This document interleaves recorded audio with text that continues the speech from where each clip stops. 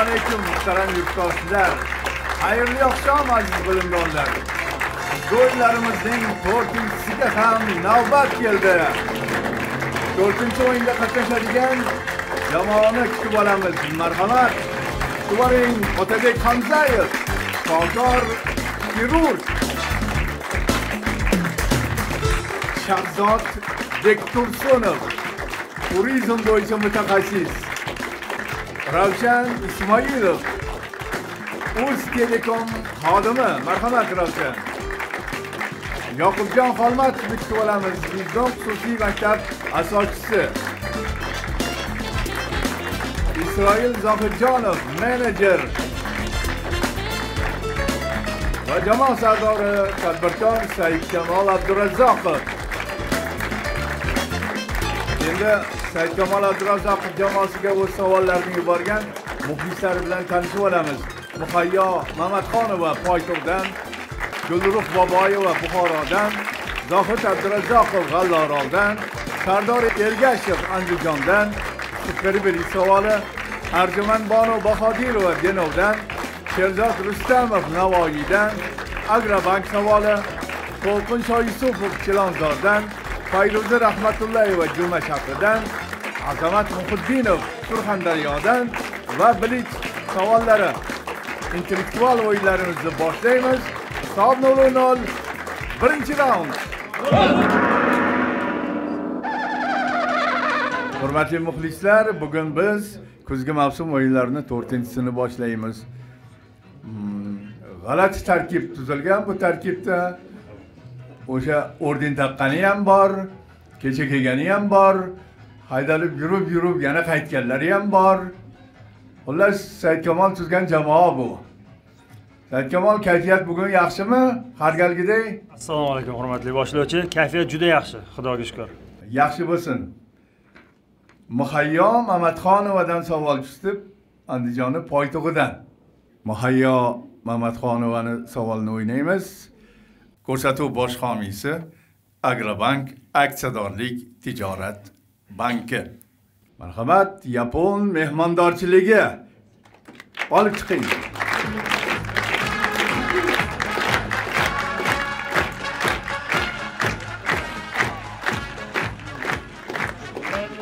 Diqqat, qaynatilgan guruch va ko'k choy. Xodimimizdan iltimos qilamiz, guruch ustidan xuddi yaponlar singari choynakdagi choydan ozgina quying. Ko'rib turaylik. Quying yana. Bo'ldi. Taxminan shunaqa. Xuddi yaponlar singari choynakdagi choydan quydik. Bu taom har mehmondorchilikda tortiladi. Bu taom. Taomning nomi ham bor. Otyatzuke deyiladi. Otyatzuke. Diqqat savol. Nega yaponlar har ziyofatda Otyatzuke'ni tortishadi? Vaqt ketdi. Sakega gazak emasmi? Hazm qilish oson bo'lmaydimi? Ziyofatda bolalar kelgan bo'lsa, bolalar yegan ovqati yurishmi? Ziyofatda bolalar kelgan bo'lsa, bolalarga berish qanday? Bolalarga har ziyofat. Ziyofatda bolalar chiqadi. Yo'q, qanaqa ziyofat hammasi bor. Boshida rolni bosmaydi. Boshida tortamiz, oxirdami? Singib ketadi, guruch shishadi, singadi, qishadi. Choy quyadi. Har ziyofatda Ko'k choy quyadi. Balki ani idishlarni yuvishda foydalanadi. Choy yana qasam qilarmi? Ziyofatdan boshqa tushunmasmi? Qo'limda ishtahani ochish uchunmi? Agar sovuq joy bo'lsa, Boshqacha narsa qilsa bo'lmasmi? Yeyiladimi, yeyilmaydi. Choyi qancha dam olganini bilamiz. Bundoq qarab ko'rinmasa hali dam Birinchi ishtahani olmagan. ochish olishini aniqmaydimi? Ko'rinsa demak yetarlicha dam olibdi. Qanaqa choy chiqadimi? Bu guruch tushguncha choy chiqadimi? Yo'q, Ani dam balki qanaqadir qilgan olish uchun boshqa narsa. Mehmonlarga mehmon keldi. ziyofat, hamma ovqatlar bor. O'sha ziyofat buni ham Choy beradi. sifatini aniqlash kerak. Choy sifatini aniqlash kerak. Guruch tushguncha choy o'zim bersa bo'ladi. Guruch tushguncha. Choyni anaqasi issig'ini pasayshtirish uchun. rangi ham dog'ma. Rangi ham. Choy sifatini bilish uchun yo'q. Rangi ham. Vaqt tugadi. Saidkamol kim javob beradi? Yoqubjon Xolmatov. Yoqubjon. Suv quyilgandan keyin guruch ishadi. O'sha vaqtgacha ham choyi quymay turadi mezbon. Guruch ma'lum bir darajaga kelganda, demak choyimiz tayyor deydi, keyin mehmonlarga tortadi. Qabul qilamiz va aniq javobga o'tamiz. Otiyadzuki xuddi bizdagi oshga o'xshaydi. Otiyadzuki tortilishi ziyofat tugashini bildiradi. Otiyadzuki tortilgandan keyin hamma Alloh akbarga turib qoladi.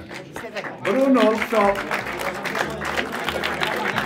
Bu variant hech qanday bo'lmadi.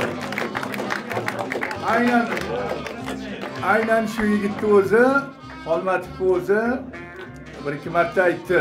Balkim ovqat boshida yoki oxirida tortilar degandek gapirdi-da o'tib ketdi. Har bir gapirgan gapni o'zingiz esingizdan chiqarsangiz ham yon atrofdagilar diqqat e'tiborda bo'lish kerak. Mayli. Mana hafta o'tib bizgi o'yinlarni biz yana davom ettirmoq uchun Zakovat studiyasiga to'plandik. Agrobank bosh homiyligida tashkil etilayotgan o'yinlarimizning bugun 4-si boshlandi. Muxlislarimizni tinimsiz rag'batlantirib kelayotgan Agrobank vakili oramizdalar. Akmaljon Mamatov boshqarma boshlig'iga so'z beramiz. Salomatmisiz qadrdon? Assalomu alaykum.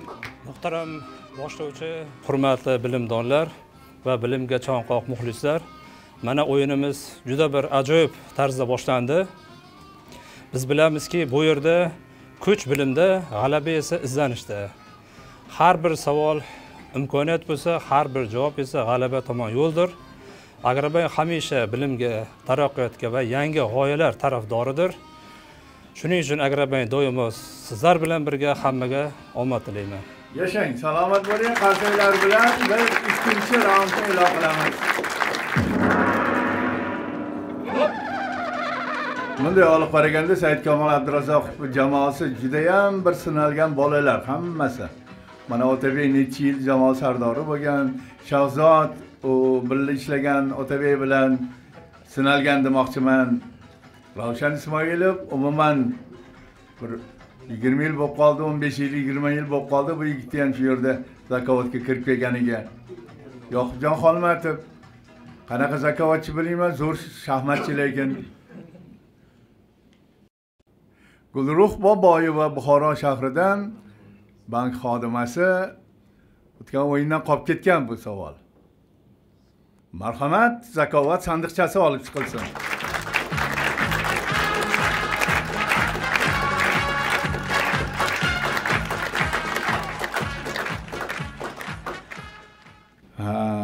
Sotsialistik mamlakatlarda 1955-yildan keyin shayvali xokkey keng rivojlana boshlagan.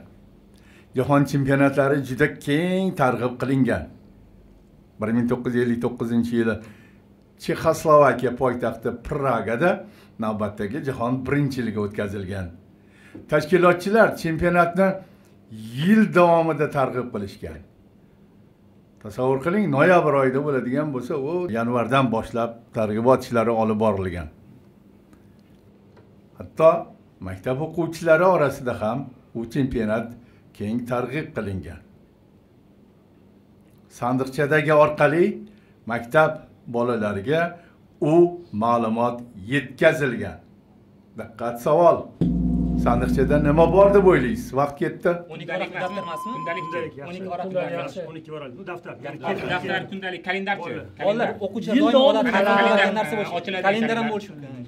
Kalendar faqat bolalarga maktab bilan bog'lashimiz kerak. Yirtiladigan kalendar. Maktab o'quvchilariga mos bo'lsa, maktab o'quvchilar doim sotib oladigan o'quv qurollari, maktab darsliklari. gazetami? Devorlar gazeta. Ketdik. Bolalar gazetasi, jurnal maktabga kirdik. Sinf o'zingizlar tasavvur har kuni uchun tez sotib olib yopishtiriladigan ishlanadigan albom, qanaqadir rasmiy rangi qog'oz, nakleykalarimi, ko'rinishini, o'yinlarini, aynan musobaqa to'g'risida bolalar yeydigan nimadir, masalan, shaybani shig'illaymiz. chaynaydigan saqichlarda ichidan shaybani ko'rinishdagi biron narsa emasmi? Shunaqasi bormi aytibdi, shaybani ko'rinishdagi. Boshda eslab o'tirgan. Shirlik. Vaqt tugadi. Marhamat. Ravshan Ismoilov javob beradi. Xo'sh, Ravshan. Bolalarga agar shuni targ'ib qiladigan bo'lsa, bolalar maktabda yil davomida ishlatadigan kundalik va daftarlarga tushirishgan bo'lsa kerak. Nimani? reklamasini shu mana shu vaqtda jahon chempionati bo'yicha xokkey bo'yicha turnir bo'ladi degan ma'noda. Va o'sha o'yinchilarning suratlarini tushirishi mumkin, har xil ma'lumot berish mumkin. Umumiy maqsad o'sha jahon chempionatini targ'ib qilish va bolalarga o'sha haqida yetkazish. Qabul qildik. Marhamat, sandiqchani ochamiz va ko'ramiz. Uning ichida oddiy daftar bor. Bizda Ibn Beruniylar surati, bu yerda xokkeychilar surati yoki chempionatda qachon bo'lishi haqidagi targ'ib qilinadigan suratlar keng joy olgan. Bir hisob.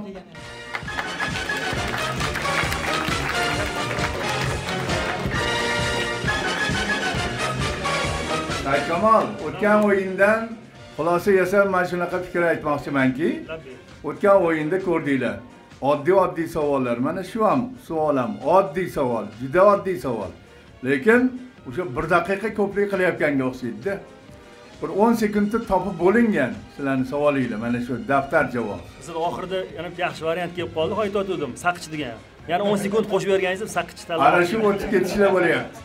Yana kimlardir shikolat dedimi, bir bola maktab deyilyapti, maktab o'quvchilari. Nima kerak bor tashqariga chiqishi?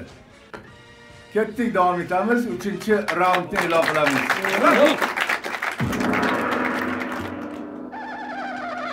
Siz bilag'onlik qilmaslik kerak. Savol qanday qo'yildi, shu bo'yicha ishlash kerak. Kamandani chalg'itmanglar.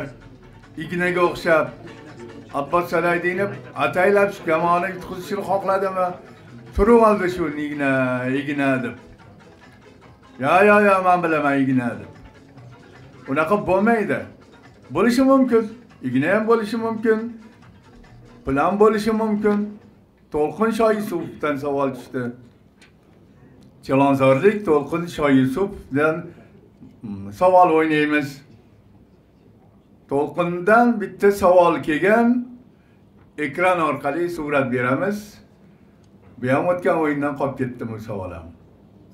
Bu oddiy loy somondan tayyorlangan guvalar.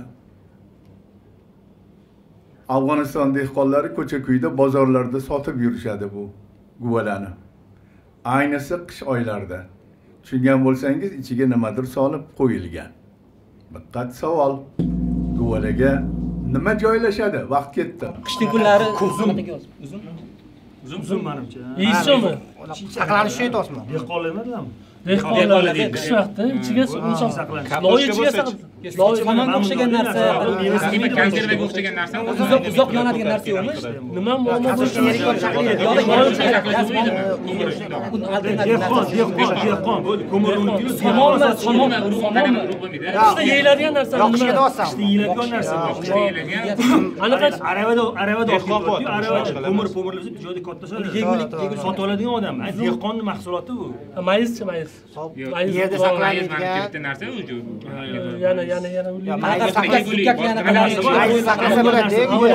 ichiga nima sig'adi? Go'la sifat narsani ichiga sig'adigan narsa bo'lishi kerak. ichiga qo'shib tayyorlash Afg'oniston bir tog'liroq dehqon bo'lsa ham uzun Tushunmasa bu yegulik dehqon deydi. Qanaqadir donga o'xshagan narsa emas. nima qo'yib Vaqt tugadi, marhamat. Saidkamol. Xo'p, o'zim javob beraman. Dehqonlar deganda ham bu guvalarning tuzilishidan menimcha uzun bo'lsa kerak, uzun variantiga to'xtaldik. Aniq uzunmi yo boshqa narsa ham bo'lishi mumkinmi? Siz bilgan ma'lumotda uzun demak. Qabul qilamiz. Qabul qilamiz va aniq javobga o'tamiz. Buning uchun yana bitta video beramiz, ekran orqali tomosha qilamiz.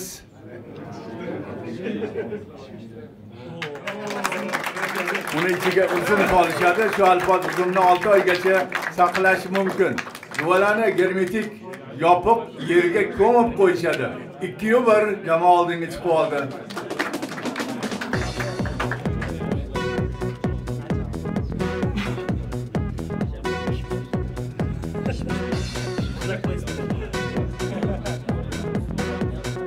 Isroil Zohidjonov anchadan beri Zakovatda kamnamoyidilar, paydo bo'ldilar. Qayerda ishlayapsiz hozir? Isroil bugungi kunda ta'lim sohasida tadbirkorlik bilan shug'ullanaman. Qanaqa tushunsa bo'ladi uni? O'quv markaz. Xususiy maktabmi? Yo'q.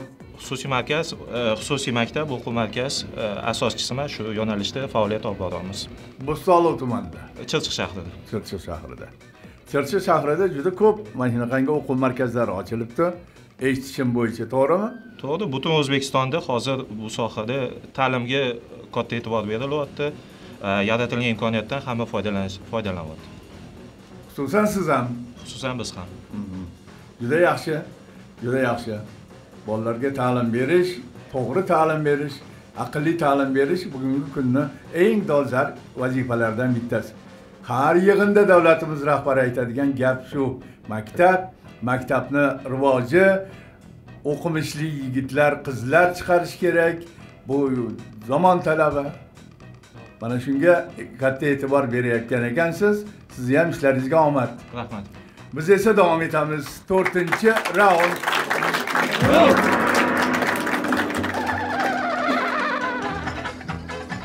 Hozircha aynan sizlarning ko'ngillaringizdek sinalgan savollar tushyapti.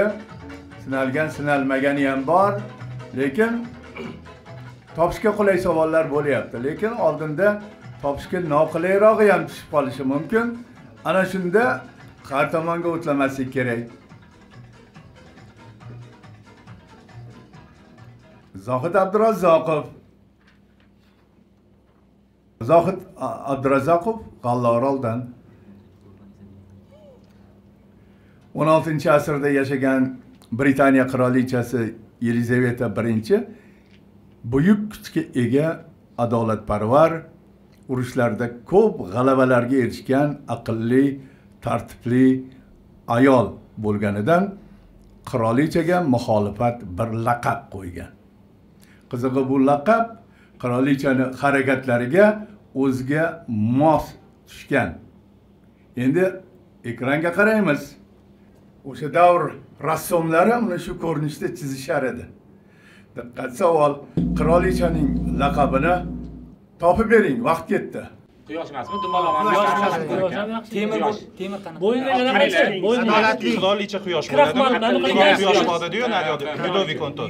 Bu qirolicha quyosh bo'ladi. Qaranglar, dumaloq. Adolatli. Qo'llar osil turibdi. Adolatli. Boshqa rang qaranglar. Aqlli, Harakatlarga mos. harakatiga mos. Demak, harakat qiladi. Tartibli harakat qilgan nima bor dumaloq? Muxolifatlar qo'yish kerak. Sayyora deb aytishgan. G'alabaga erishgan, aqlli, tartibli. Uni harakatlariga juda ham mos bo'ladi. Muxolifat etyapti, muxolifat Bo'yni qotirilgan, bo'yni qotganligicha oqligi. Bosh egilgan. Marjon tushgan narsachi. Hamma yog'i medal emasmi? Hamma yog'i medal, pagaska. Quyosh qanaqa Ko'p ko'zli balki bordir, bilmayman. o'zini ko'p ko'zli Rahmat deb laqab qo'yadi. Xalq oddiy xalq tushunarli ko'zli degan ma'no. bo'yni emasmi? Dimog'i baland. Dimog'i baland. Menira emasmi? Ko'p ko'zli degan harakatiga mos. hamma kuzatib turadi degan ma'no. Oy emasmi? Oy quyosh emasdi, oy masalan. Ayol kishi bo'lgani uchun oy. Tugadi vaqt. Ravshan Ismoilov javob. Ravshan juda aktiv bo'ldi, haqiqatan mana shu savol izlashdi. Xo'p, harakat qilib ko'raman, bilmayman negadir. Men bo'ynidagi o'sha dumaloq shakl balki shu fikrga keltirgandir menga. Undan tashqari savolda tartibli degan so'z Tartibli, va uni harakatiga mos deyildi. Aqlli. Shuning uchun quyosh variantini bermoqchiman. Quyosh ham doim tartibli harakat qiladi. qirolichaning xislatlari o'sha suratda bor. Nazarda tutilganda bor demoqchi. Demak, javobingiz Javob quyosh dedim. quyosh. Qabul qilamiz va uni javobga o'tamiz. U qattiqqo'llik bilan uyasini boshqaradi. Xuddi Angliya qirolichasi kabi. Gap ona asalari haqida ketmoqda. Asalari degan javobni qabul qilardik. To'g'ri javob mana shu edi. 2-3 hisob. Qo'llari, ko'rinishlarida aynan shu asalarni nigohlari bor.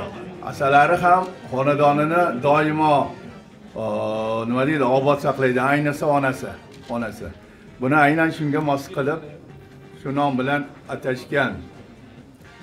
Yelizaveta I-ning laqabi asalari bo'lgan. Ketdik, davom etamiz. 5-raund.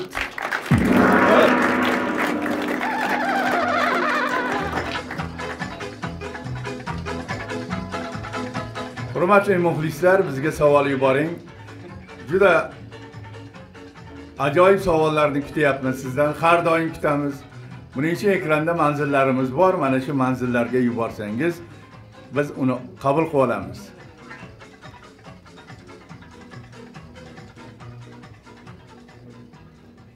Arjuman Bonu Bahodirova Denovdan ko'rsatuv bosh homiysi Agrobank aksiyadorlik tijorat banki. U kishining savollari quyidagicha. 12-asrda u toifaga aylanish uchun ular albatta lotin tilida o'qish va yozishni bilishlari shart bo'lgan. Keyinchalik ular qattiq nazoratga olingan. Ular to'planadigan joylar xavf-xatar tug'dirgan. Chunki ko'plari xorijlardan kelishgan. Shundan ularga pichoq, o'qotar qurollar, qilich va xanjar olib yurish taqiqlangan. Diqqat savol. Ular kimlar deb o'ylaysiz? Vaqtga. Ritsarlar. Savdogar ham narsa olib keladi, odamlar uyalab oladi. Bir-biriga urushga ketadi. U toifaga aylanish lotin tili qaranglar, shifokorlarga rohiblarga kerak. Rohiblar Odamlar o'rab olishi kerak. Demak, kerakli narsa olib rohiblarga keladi. kerak bo'ladi. Rohiblar bilan bog'lanmaymiz. Xataligi yetilmadi. Talabalar joydan kelishgan dot. Talabalar ham yaxshi ekan. Talabalar yoki chunki fanni tili lotin tili deyiladi. olimlarga o'xshagan Fanni tili lotin tili bo'lganda Lotin tilida yozish o'qish, ko'plab yozish, xavf-xatar. odamlar toifaga bo'linadi. Yig'ilsa qanaqadir xalq toifalar bor. aylasiz o'xshagan chetdan kelgan qaysi toifalar biri bor. shuni bilishimiz. Chetdan keladi ham. Chetdan kelsa yig'iladi. Shifokor keladimi, ko'proq talaba keladimi? Hamma Bor, bor. ancha o'zi hududida ishlagan shekilli. O'sha joyni ushlash. Har xil joyda yig'iladi odam kelasiga. boshqa yana Savdogar, haqiqatga demak yoshlar bo'lishi mumkin, to'plansa demak ehtimol yoshlar to'g'ri yosh bo'lgan keyin siqqon bo'ladi, xavfli bo'ladi. Yana Talaba yaxshiroq. Vaqt tugadi. Marhamat Said Kamol. Xo'p, bu savolga bir nechta variantimiz bo'ldi. Buning ichidan biz talabalar variantini tanladik. Talabalar degan javobingizni qabul qildik. Aniq javob quyidagicha. Bugun 7 million kishi ularga aylanish uchun o'zga yurtlarda yurishganmish. Shunaqa ma'lumot ham bor. Ular talabalar. Ikkinchi hisob. Juda chuqurlashib ketyaptilar deb voy. Oddiy savol, oddiy javob talab qilinadigan narsaga ham o'zimiz chuqurlashtirishga o'rgatib qo'yimizda sizlarni. Chuqurlashaveringlar, quduqqa o'xshab bir narsa chiqib qolar deb. Bizni yana oldinda bitta saralash o'yini va final kutmoqda. Ana undan keyin biz kuzgi mavsumni yakunlaymiz, qishki mavsumga o'tamiz. Qishki mavsumda esa bizni ajoyib hodisalar kutmoqda. Buni qishda bilamiz. Ketdik esa hozir 6-raundni e'lon qilamiz.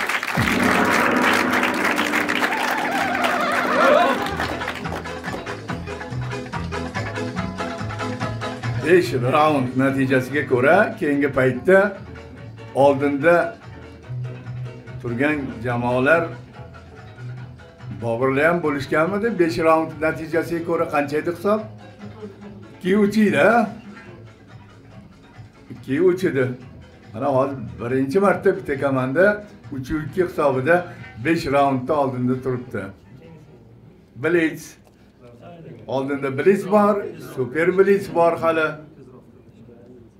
Jamshid Umurzoqovdan Sirdaryodan bu savol. Mavzu dunyo bo'yicha o'tkaziladigan nikohlar haqida.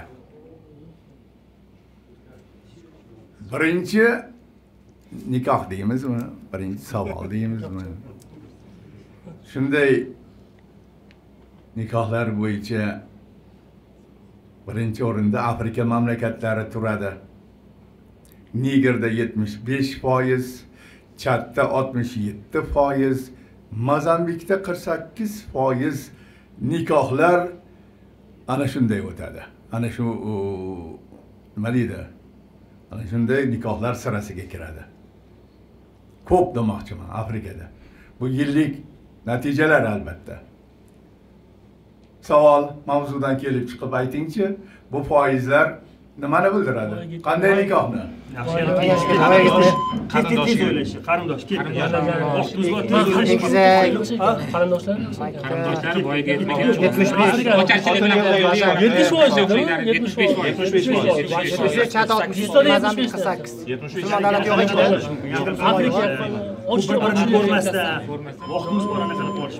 Marhamat.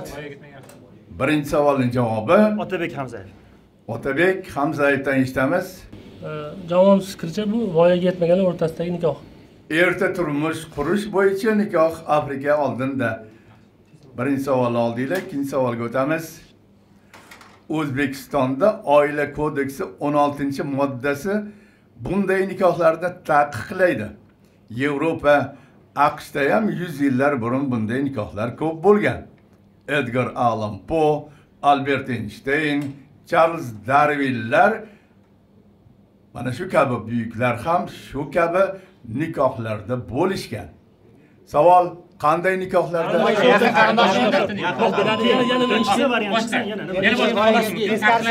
Voyaga yetmagan bo'lsa, bu yana bizda mana 17-18 yosh, lekin bir yana nima bo'lishi mumkin? Charles Darwin, Edgar Allan Poe'larda. Qarindoshi Darwin Roshan Ismoilov. Ravshan. Xo'p, qarindoshlar o'rtasidagi nikoh bo'lsin. Yaqin qarindoshlar bilan nikoh qurish to'g'risida gap ketmoqda. 3-savolga keldik.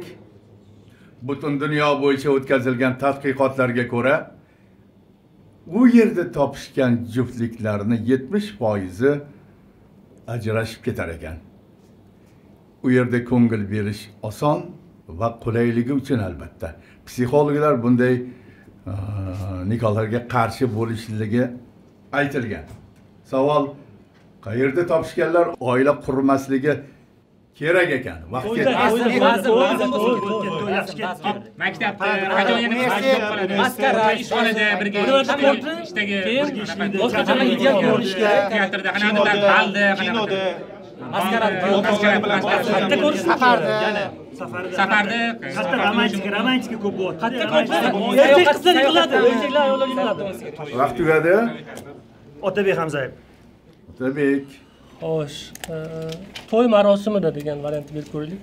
To'yda. Kechqurungi to'yda. Shu. Aha. Qabul qilamiz va aniq javobga o'tamiz. Bu aynan Otabekka taalluqli bo'lmagan hisob-kitob. To'g'ri, qayerdadir bu 90% ni tashkil etadi. Qayerdadir 1% ni ham tashkil etmaydi. Bu o'sha joydagi, o'sha holatga, ikki yoshi bir-biriga bo'lgan hurmatlariga bog'liq. Gap shundaki, butun dunyo bo'yicha bu ma'lumot haliga aytganimdek qayerdadir 90% ni tashkil etadi, qayerdadir 5% ni ham tashkil etmaydi. Gap nima ekan Otabek? To'yda Bir joyda ishlaydigan insonlar haqida ketmoqda. Bir joyda ishlaydigan insonlar haqida. Otabek bilan Rushana baxtli oilani a'zolari hisoblanishadi. Ularga taalluqli emas demoqchiman. 3-3.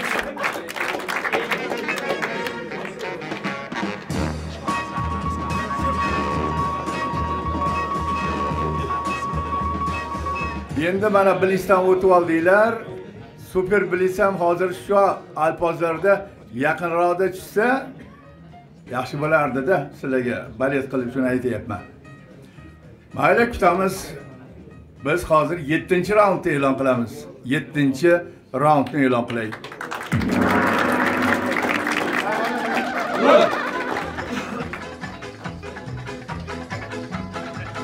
Hurmatli muxlislar, bizga savollar juda zarur.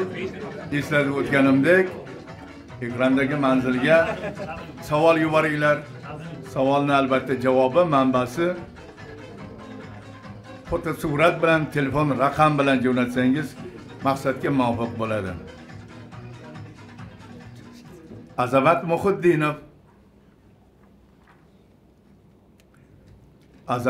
Muhiddinov. harbiy Surxondaryoda o'z burchini o'tayotgan yigit. Kartinalarni, suratlarni hammamiz sevamiz. Kimdir Da Vinchini, kimdir Velázquezni, kimdir Repin asarlarini yoqtiradi. Ammo bir kasb egasi borki, hamma rassomlarning asarini birdek yoqtiradi. Diqqat savol. Qaysi kasb egasi? Vaqt ketdi. Auksionchi. Farqi yo'q bunga. Farosh. Ya'ni Galeriyaga kelgan odamlar kasb. Galeriya qiladigan odamlar. Qalbaki Arxeologlarchi, antropologmi, ular o'sha orqali o'rganaman. Qazo olish kerak, Antropolog odam o'rganadi. Muzey xodimi, Antropolog odam ko'rinishida o'rganadi. tarixchilar rasmlarda unda nima manfaat bor? Restavratsiya qiladigan odam, restavratsiya qiladigan odam. Qanaqa kasb emas, qalbakilashtiruvchilik kasb emas. Ish qiyin-da. Nimaga yaxshi ko'radi? Yaxshi ko'radi. Restorator uchun ham pul. Restorator uchun ham restorator uchun ham pul deyman. Kasb, Istalgan bittasidan foyda qiladigan odam bo'lsa, Yaxshi Nima bersin? rasm nimasini manfaat muzeylarga qo'yish, savdogarlar, boshqalar Auksionni bera qolamiz. Farosh. tozalik kerak albatta. Vaqt Bu bo'ldi. savolga Ro'shan Ismoilov javob beradi. Ha, Ravshan. Xo'p. Auksionchi degan versiyada to'xtaldik. Auksionchini kasbi yo'qmi o'zi? Bir atamasi auksionchi, auksionist deb atashadi. Boshlovchisi deydi, men endi bolg'asida mana bu kartina panosimga sotding deydi. Har bitta sotilganidan xursand bo'ladigan odam menimcha faqat auksion sotuvchisi. Qabul qildik. Hisob uchuvchi edi, to'g'ri uch bo'ldi. Buni faqat suratlarni, boshqa qimmatbaho qadimgi buyumlarni ham yoqtiradi. U kasb egasi auksion o'tkazuvchi kishi. To'g'ri uch. Sotiladigan suratni obdon maqtash kerak. Suyish kerak. U haqida keng ma'lumotga ham ega bo'lmog'i kerak. Ana shuning uchun ham bu soha kishisi haqida gap ketyapti. Shunaqa yengilroq o'ynasanglar, albatta g'alaba bo'ladi. Chuqurlashmanglar, o'rtoqlar, chuqurlashmanglar. Kuzda juda bir shunaqa bir erkinlik beryapmiz, lekin o'zingizlar baribir o'rganib qolib chuqurlashib yotibsizlar. Xo'p, biz esa davom etamiz. 8-raundni e'lon qilamiz.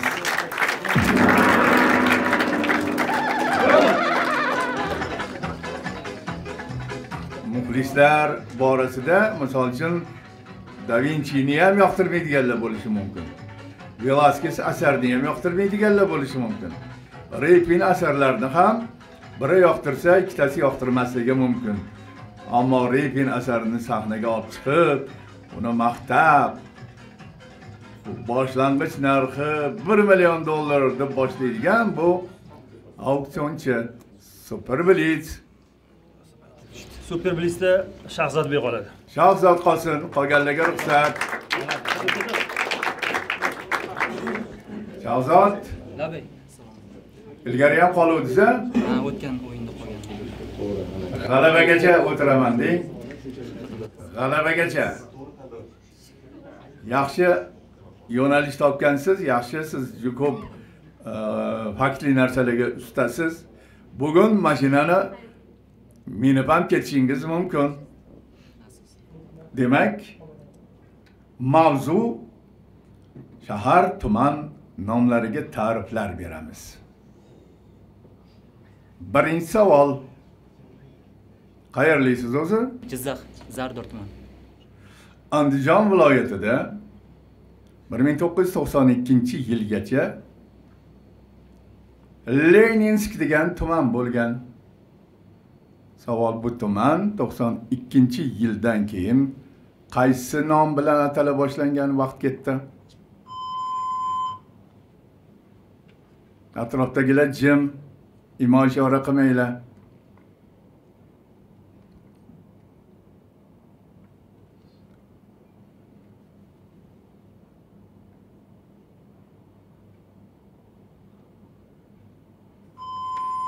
Qani? Javob bering. Aniq variant kelmadi to'g'risini aytsam. Mustaqillik bilan bog'liq tuman bormi yo'qmi eslolmayman. Andijon tuman deydi. Andijon tumani degan javobingizni qabul qildik. Bu Asaka tumanining qadimgi nomi edi. Mashina o'tib yog'i juda oson edi. Sizga yaqin savollar edi. Qarshi chalamiz. To'g'ri hisob.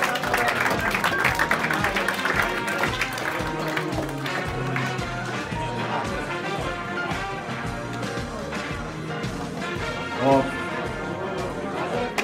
Saidkamolning jamoasi bu savolni biladiganlar bormidi? Saidkamol chetda. Hech kim aytdimi Asaka deb? Variant bo'ldi Asaka deb. Asaka, Qo'rg'ontepa u deb sanashgandir balkim. Aniq Asaka deyilgan variant bo'lgani yo'q. Bo'lmadi, 100% deb bo'lmadi. Lekin 100% bo'ladimi yo'qmi? Avtomobil yutmasanglar bo'lmaydi. Biz ham hamma jamoa albatta yutish kerak. Ketdik, davom etamiz. 9-raund.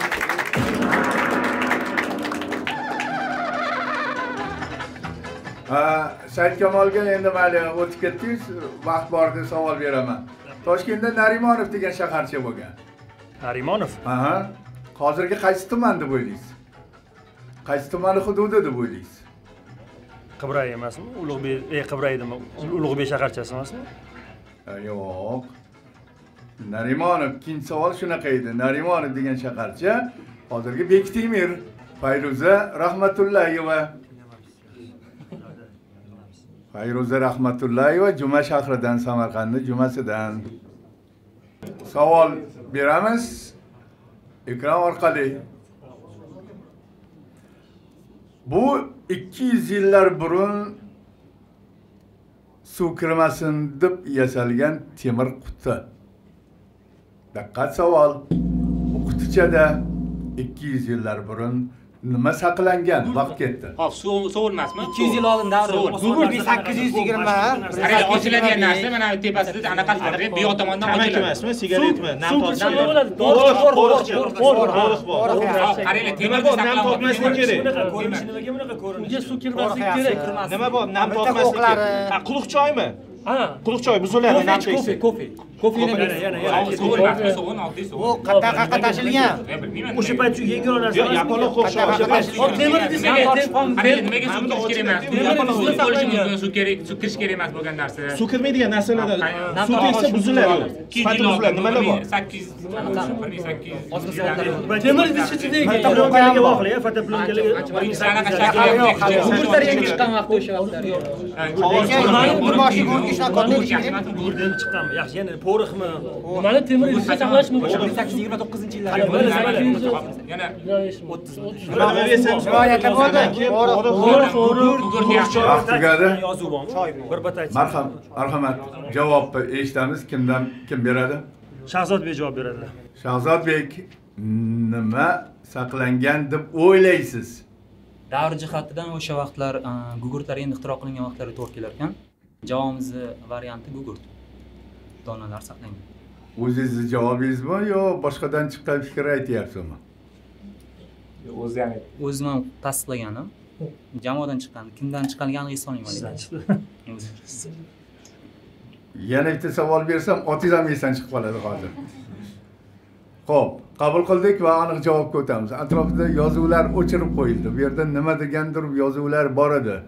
Lotinchami, inglizchami? O'sha narsalarni bekitib qo'yganmiz. Shu balkim ichida, lekin tarjimasini qidirib topa olmadik. Nima ekanligi haqida ma'lumot yo'q. Qandaydir shahar nomi yozilgan va qandaydir nimalardir yozilgan edi. To'g'ri javob quyidagicha. Angliyalik aptekachi Jon Uoker ixtiro qilgan dastlabki gugurt qutisi mana shu ko'rinishda bo'lgan. 5-4 jamoa yana oldinga chiqib oldi.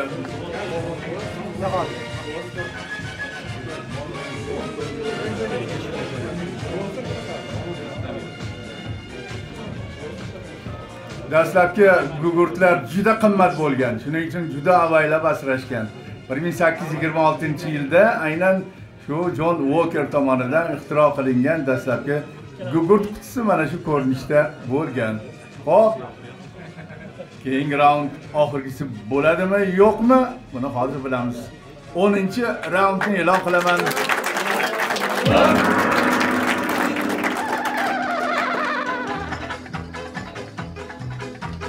Yana Agrobank savoli hali o'ynalmadi. Sardor Ergashev, Sherzod Rustamov kabi 3 ta muxlisni savoli poylab turibdi. Ana ko'rsating stolni. Ahvolini ko'raylik stolni. Bu stolni emas. Stolni. Sherzod Rustamov Navoiy shahridan. Ko'rsatuv bosh homiysi Agrobank aksiyadorlik tijorat banki. 12 stul romanini yozayotganda Ilya Ilf va Yevgeniy Petrov bir-birlari bilan tez-tez g'ijillashib turishgan. Oxiri g'ijillashib bir idishga qog'oz tashlab, tortishib, mana shu ahvolda kelishmovchilikni bartaraf etib turishgan ekan. Muammoli vaziyat yuzaga keldimi, darrov qog'ozlardan foydalanishgan ekan. Bir holatda ham ular mana shunday holatda mualliflar qog'oz tashab, birinchisiga bosh chanoq, ikkinchisiga tovuq suyaklarini suratini chizib berkitishgan. Diqqat savol. Mualliflar bu bilan nimani kelishib olishgan? Vaqt ketdi. Kimni familiyasini birinchi yozishdi? Ilfmi, Petrovmi? Petrov tirik qoldirishmi? Benderni tirik qoldirish. Bosh chanoq bilan 12 stulda oxirida bo'yniga pichoq tortadi-da, keyin zalda chilonlikda paydo bo'ladi. Lekin 12 stulda u narsa aytilmaydi-da. 12 stulda tirik qolgan informatsiya berilmaydi. Oxirida qolib ketadi. Bosh chanoq bilan to'q nima endi? Qahramonlarning nimasi soni? Asarni oxirini kim yakunlab qo'yish haqida qanaqadir bahs bo'lgan. Qanaqa yozishgan ular? Galma-galdan yozishgan, bir ichidagi nimadir kelishib yozishgan bo'lsa kerak. Narsalar kelishib ketdi, lekin bu asarga bog'liq emas, boshqacha qolgan. Undan tashqari mana bu masalalarni ham hal qilgan bo'ladi. Boshqa qahramon tarkibi kimni familiyasini birinchi qo'yishdi? Nimaga 12 stulda? Aynan ular boshqalarda.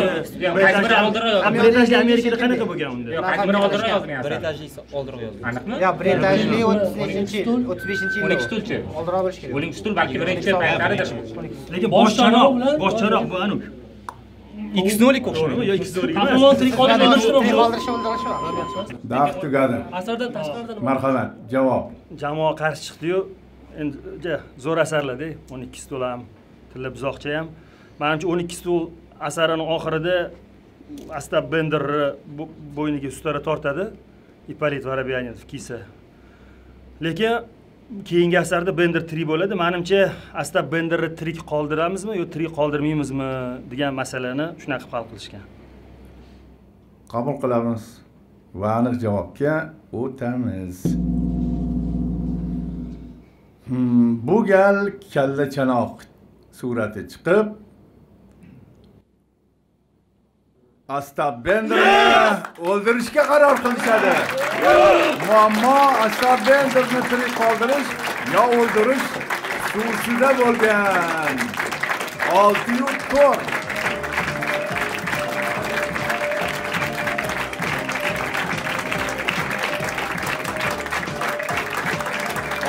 Hisobida Said Kamol jamoasi bilan bugun g'alabani ellikka yetkazgan bo'ladi.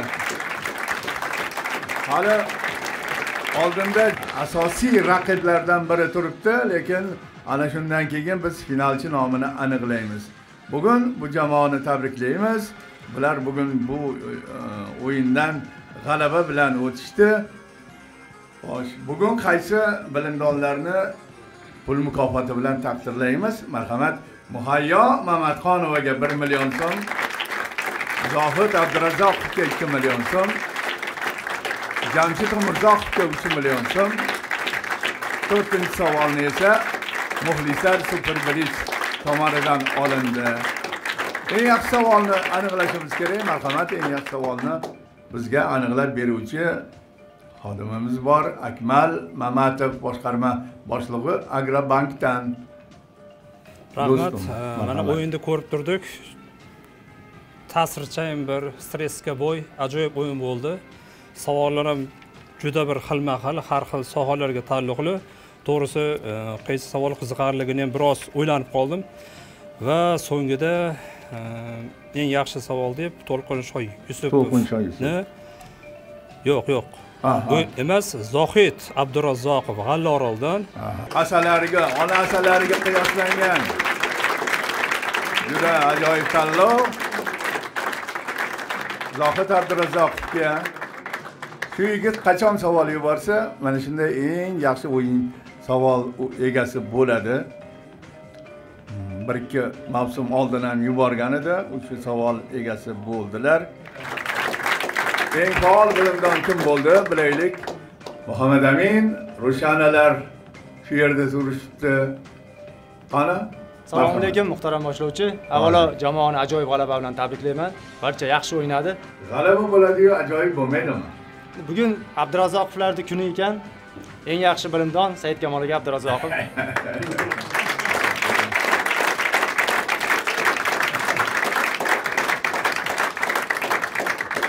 Qani Rushanaxon nima deydilar? Assalomu alaykum hurmatli boshlovchi. Men ham jamoani tabriklayman. Otabek Hamza aytmasmi ishqilib? Familiyasi Hamza aytmasmi o'sha bolani? Yo'q, bizda nepotizmga yo'l qo'yilmaydi. Men uchun ham bugun eng yaxshi o'yinchi Said Kamol aka Abdurazzoqov. Tabriklaymiz Said Kamol. Oxirgi hal qiluvchi javob bilan hamma ishni o'z tomoniga og'dirdi. Keyingi o'yin saralashning oxirgisi. Farruh Rafiqov guruhi oldida bir hafta vaqt bor. Ana shundan keyin kuzgi o'yinlarimizning finalchisi nomi aniqlanadi. Biz esa bugungi o'yinlarimizni yakunlaymiz. Yana Zakovatda ko'rishguncha omon bo'linglar.